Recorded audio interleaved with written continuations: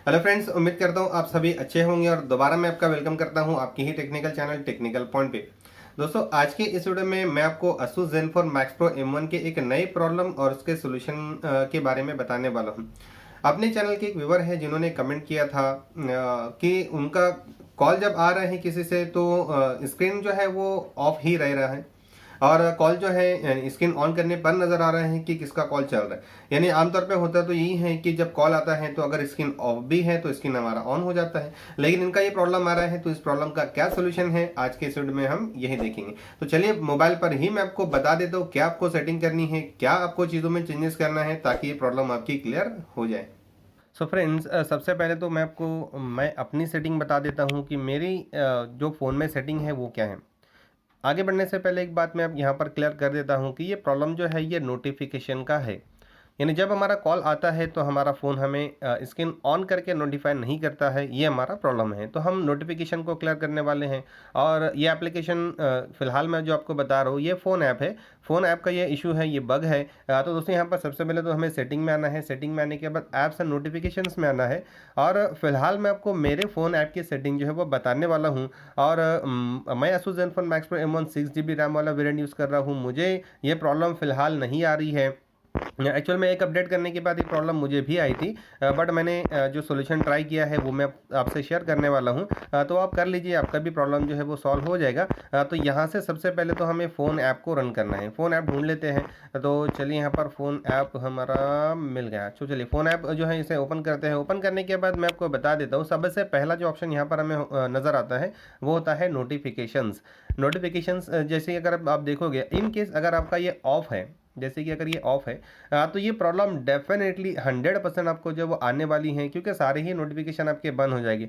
यानी जब आपका कॉल आएगा तो आपको किसी भी तरीके का कोई नोटिफिकेशन नहीं आएगा कि आपका कॉल चल रहा है। तो इसे आप ऑन कर लीजिए। इसके बाद यहाँ पर ये चेक कर लीजिए कि जितनी भी यहाँ पर टिक्स लगी हैं, ये सारी टिक जो है ये आपकी प्रॉपरली लगी है या नहीं। इन केस अगर आपकी ये सारी टिक लगी है तो इसे आप एक बार रिमूव कर लीजिए। अगेन इसको आप दोबारा अप्लाई कर लीजिए इस तरीके से। ओके, ये कर लेने के बाद आपको फिर से बैक आना है। बैक आने के बाद यहाँ पर कुछ और सेटिंग्स है, ये आपको करनी है। एक बात और यहाँ पर समझ लेना है, कुछ परमिशंस भी इसके लिए अलाउ करनी होती हैं। तो परमिशन में आपको आना है। स्टोरेज को छोड़कर सारी परमिशन जो यहाँ से आपको अलाउ कर लेनी। इनकेस अगर कोई परमिशन आपकी बंद है तो वो आप ऑन कर लीजिए। जैसे कि अगर मान लेते हैं यहाँ पर SMS बंद है तो यहाँ पर मैं ऑन कर लें, तो इस तरीके से ऑन कर लें। तो स्टोरेज छोड़ के बाकी सारी आपको यहाँ पर परमिशन अलाउ कर देनी है। एक इंपॉर्टेंट चीज़ और है, यहाँ पर आपको नीचे की तरफ आना है। यहाँ पर एडवांस के अंदर यहाँ पर दो ऑप्शन हमें नजर आते हैं। इसके अंदर पहला ऑप्शन है डिस्प्ले ओवर अदर ऐप्स। यहाँ पर आपको इसको अलाउ कर लेना। इनकेस अगर ये बंद है तो भी ये प्रॉब्लम आपको आ सकती है। तो यहाँ पर इसे आप ऑन कर लीजिए।